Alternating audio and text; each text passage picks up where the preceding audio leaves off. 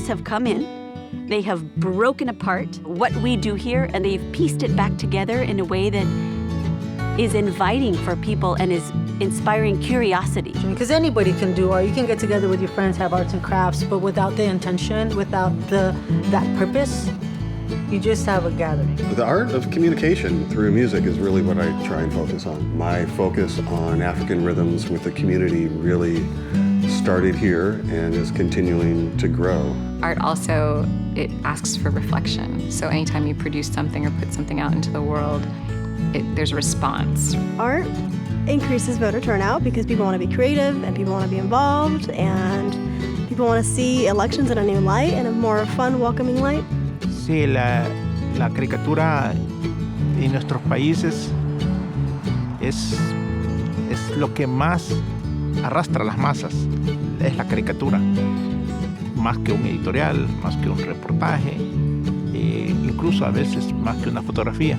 This Tumul project is definitely a project of creation of a vision, a creation also of the effort of people to realize that a Tumul by Chumash people can be built. Somewhere along the line that someone said, hey, let's invest in art, let's help these artists, and let's also attack the social issues.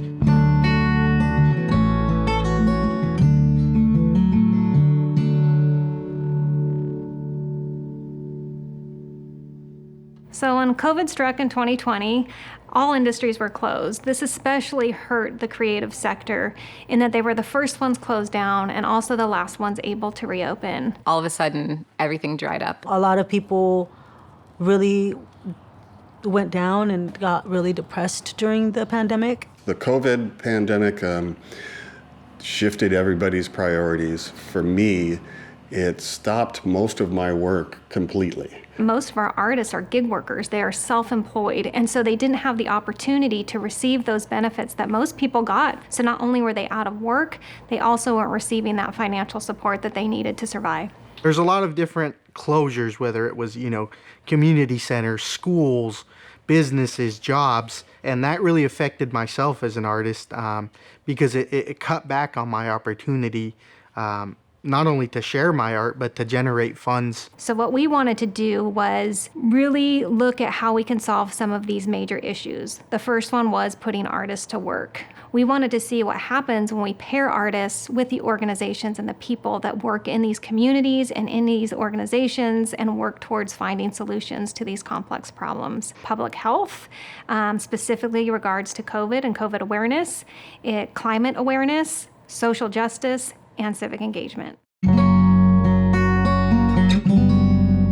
I'm a 6th generation weaver. This is what has sustained our family. If you look at, the rugs, what they are is just a composite of a bunch of different pieces of wool. If I took even one string of wool out of the rug, and it doesn't matter where you take it out, it just wouldn't work. The rug would fall apart. And that's really what community is about, is holding each other, being together, creating strength through bond.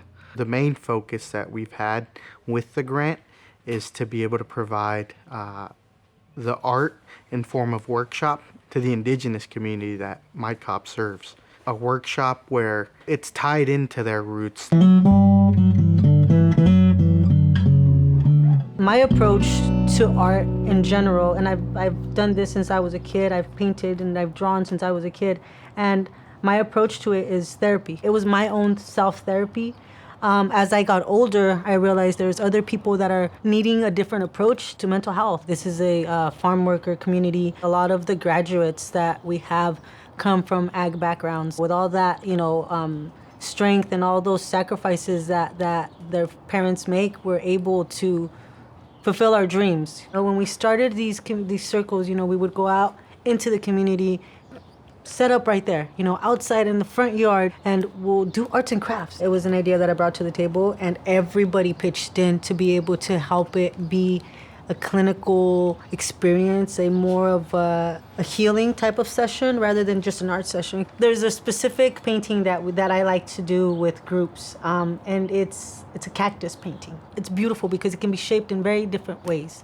The cactus is also very important in our community. It's a healing plant, but You can't just go and grab it, right? If you're patient, if you give your plant and you give yourself what you need, which is time and care, eventually it'll bloom. I'm a clinical social worker, and in my role here, I work to create healing spaces. During the last 4 years in healthcare is the fact that there is historical trauma.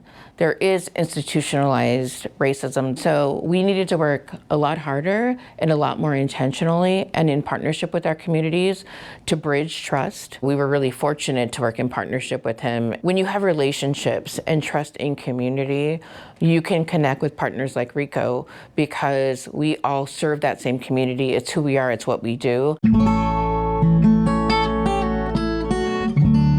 I am a drummer and facilitator in this area of San Luis Obispo County. My focus on African rhythms with the community really started here and is continuing to grow. When I facilitate drumming to the kids, I feel that same kind of connection where we're really just in the same space and just trying to connect and communicate as a whole. That is one of the stronger points that I try and get across. Not only are you going to learn something and exercise your own ability, you're also going to be listening to the people on both sides of you because we're all playing as one. And luckily, when the opportunity to work with Race Matters again on a regular basis with this grant, we started by just immediately reaching out to all the schools in the community, trying to target people of color, people in marginalized areas, people that really need it, that don't have the space or the resources to get together and just connect through a musical sense. The reaction was immediate because everybody was really kind of starved for some kind of connection. So for me to be able to explore the history of music through drums starts the conversation. It makes it much more comfortable to get that conversation going. So the music, for me, it works. And with the help of Race Matters and everybody involved in this grant, it's a sure thing. I mean, if you want to solve a great problem, you go to the person who has the, ability to solve that problem. And who better to do that than an artist like Tracy, who's been part of the fabric of the community all along. But sometimes it takes a grant like this to really amplify what the artist has been doing, to bring in the youth, to bring in the music, to bring in the community, to bring in the sense of belonging that I've been talking about. So the music is the glue that holds it all together. I think artists ask questions that a lot of people don't ask. I've done murals in town, and I started an organization to do the Black Lives Matter mural, which is also a local event that we do every year to repaint the mural and teach racial equity. In Santa Cruz right now, my directive is working with Housing Matters. They work from direct services to community engagement and awareness and education, and I became part of that team this year through this grant. I always knew that there was a crisis in Santa Cruz as rents went up dramatically very, very quickly, especially after COVID. I think that one thing that Housing Matters really wants to get across is humanity and humanizing people. And I think that really goes hand in hand with the work that I've done with restorative justice. Now you have artists who have this connection with these people, who are bridging them to the community and really offering them a whole other layer of humanizing these people that sometimes aren't always seen in this way or aren't seen as the same as us. I had to get trained in how to work with people who are going through crisis, and especially, when we talk about just trauma-informed language. So the first thing that we did was I organized these, I called them art jams, and we would have essentially like art workshops and classes, and I would offer them to people who are in shelter. It was really amazing. I loved it. People going through crisis deserve to be able to make art.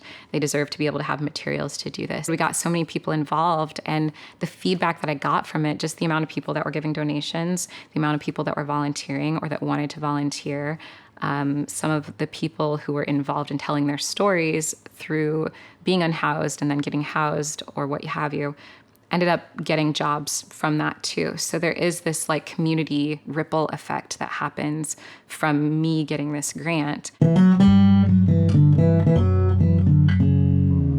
Well, if art is the creation of a vision, whether it be material, spiritual, ideas, Whatever that creation is, this Tumul project is definitely a project of creation of a vision.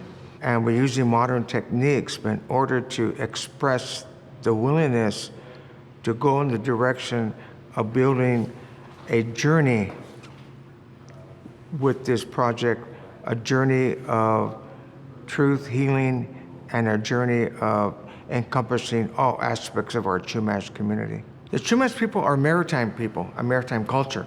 So what that means is that we're not just only based on land, like many people's perception of Chumash people are, but the Chumash people are an aspect of the ocean, are what they call our culture heritage, but also tangible and intangibleness of our culture heritage. And that's our goal. In order, we have our Chumash Tumul crossing of the Channel Islands, but this is in which we can create a vessel in order to not only cross the channel, but yet be part of the understanding of what it means to be kinship with nature and kinship with water, kinship with all the water essential elements for our sustainability and for our spirituality.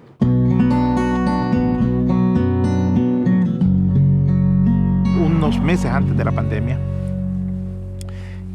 empecé a hacer trabajos independientes con respecto a migración, derechos de la mujer y derechos de los niños y agricultura sostenible. Yo todavía no sabía nada sobre el tema de agricultura hasta que usted me invitó, Mireya me invitó a la finca y a la granja y vine a conocer.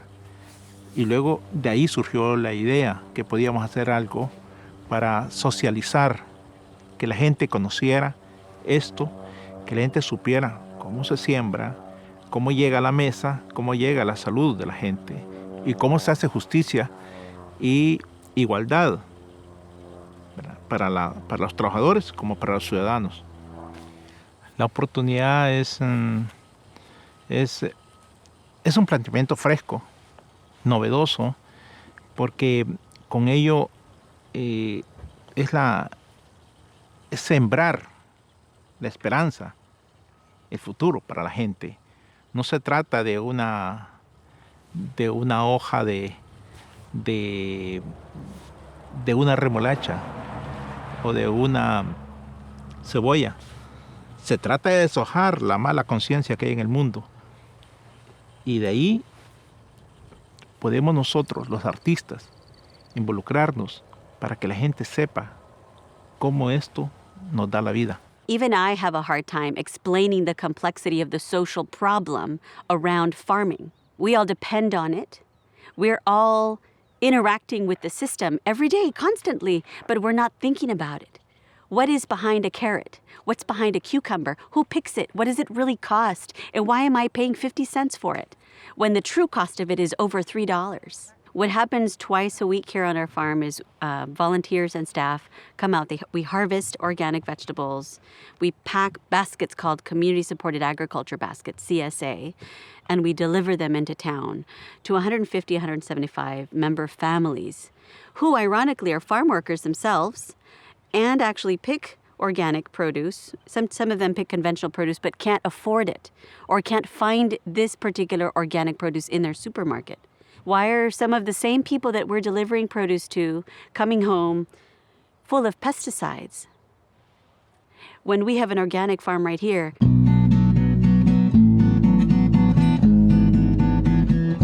So basically, Safe Ag, Safe Schools is an organization made up of many folks. We have campesinos that are part of this movement, youth, retired nurses, teachers, etc. It's just anybody and everybody who wants to make a difference in their community, fighting climate change, fighting basically environmental injustices.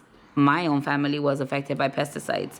So my son suffered an asthma attack when he was inside his middle school because of the proximity to an ag field that the pesticides drifted onto campus. He was only 10 at the time. Coming from a background of parents who were campesinos, farm workers, I did see the burden that left in them, the side effects. So when we knew that this grant was a possibility, our vision was, how do we make sure others understand our story? And through that, we wanted a documentary. Brenda has been going around and really getting to know each member. Who makes up Greenfield's Coalition? Who makes up the Watsonville, the Salinas group? And then as a whole, she sees where the unity comes. I think the main message is that when anybody or everybody watches this film, they really leave with the sense of, wow, I didn't know that's the cost of me having fresh fruit at my table or fresh vegetables. As part of the directory, I was able to connect with this initiative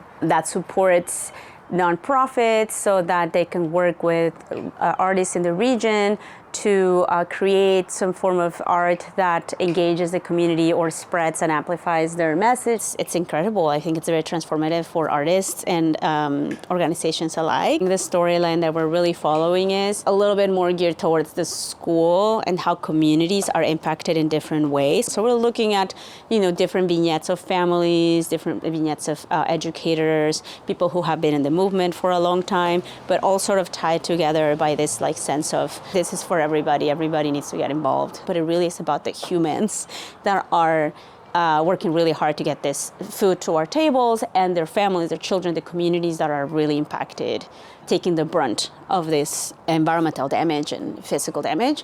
But we also hope that, the film gets to travel. We're going to submit it to film festivals. We will make sure that film goes out in the world.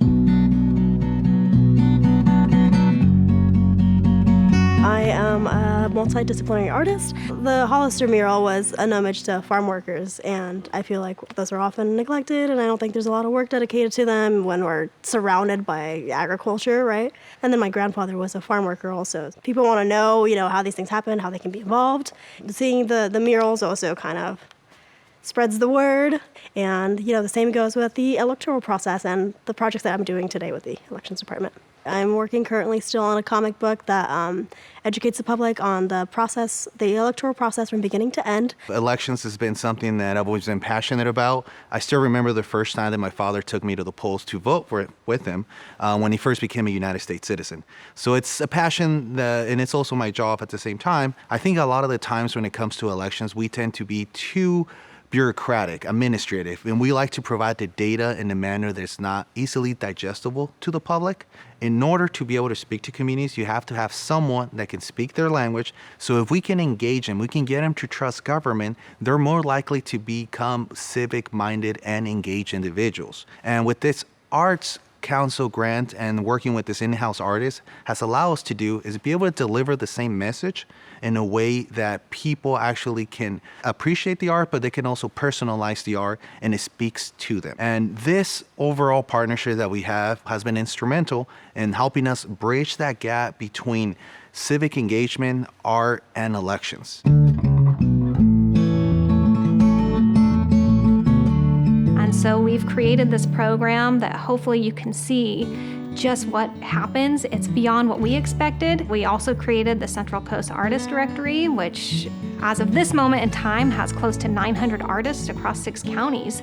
So if you're looking for an artist or want to hire an artist, we've brought them all together for you. You need a creative solution? Hire an artist. You need a new way of reaching people, connecting to a community? Hire an artist. Does your organization need to overcome an obstacle? Hire an artist.